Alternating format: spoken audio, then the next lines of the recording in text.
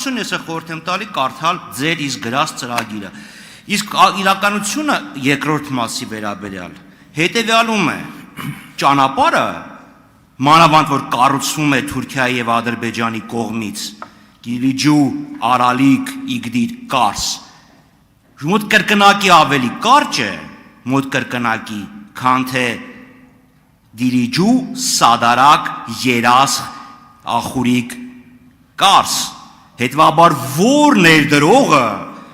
ես կուզեի տեսնեի այդ որ ներդրողն է, որը երկար ճանապարհն է նախընտրում, կարճը թողած, մանավանդ որ շինարար կազմակերպություն երկրները արդեն սկսել են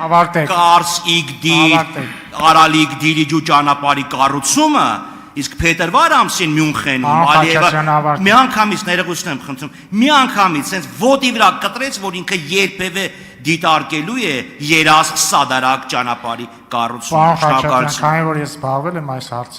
հարցերով, ասեմ, որ կրկնակի կարճ չէ։ Այո, մի քիչ կարճ է, բայց ոչ կրկնակի։ Մի ուրիշ նրբություն էլ կա։ Ախուրիկ Երասխ երկաթուղին գոյություն ունի այսօր։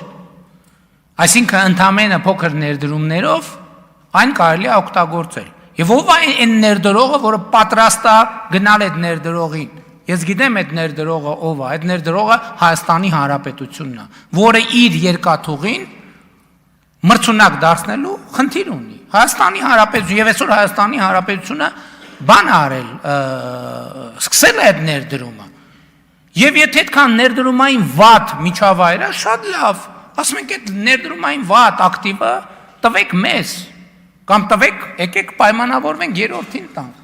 Համեն դեպս այդ վարժությունը կարող է տեղի ունենալ, երբ որ մենք սկսենք, այսօր պատրաստ են, ես գիտեմ, որ կան ընկերություններ, ովքեր պատրաստ են $400 միլիոն վճարել։